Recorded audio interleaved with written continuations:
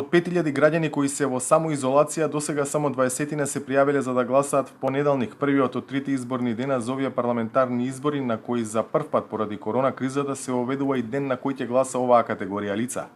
Граѓаните кои треба да гласаат од дома имаат рок до утре до полноќ да се пријават до надлежните општински комисии. Државната изборна комисија веќе изготви детално упатство. Во упатството точно е наведено што треба кој граѓанин да исполни услов, како да се пријави, што да приложи и да има право на глас на 13. Изборниот процес на 13 јули ќе го спроведат посебни избирачки одбори. Посебниот избирачки одбор ќе прими од редовниот избирачки одбор за тоа избирачко место онолку гласачки ливчиња колку што се пријавени лица за гласање дома, болни или позитивни.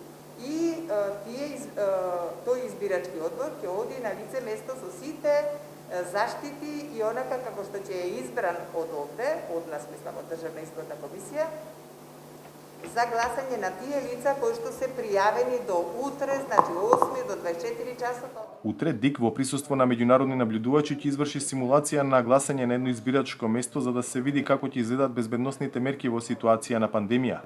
Надлежните уверуваат дека е изготвен сигурен здравствен протокол. Сакам од моje лично име и од името на комисијата да ве уверам дека на денот на изборите ќе биде сосема безбедно да се гласа и со тоа да го остварите вашето граѓанско право.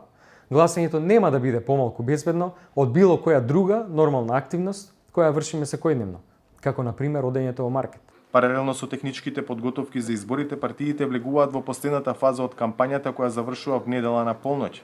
Реториката на обвинувања се засили на социјалните мрежи, се објавуваат прислушувани разговори и за СДСМ и за ВМРО ДПМНЕ, дуја турка иницијативата за прв премиер албанец. Во ваква ситуација Хелсиншкиот комитет евидентира голем број пријави за говор на омраза на социјалните медиуми, од кои дел се предизвикани поради вжештената предизборна атмосфера. За Гласот на Америка, од Скопје, Владимир Мирчевски.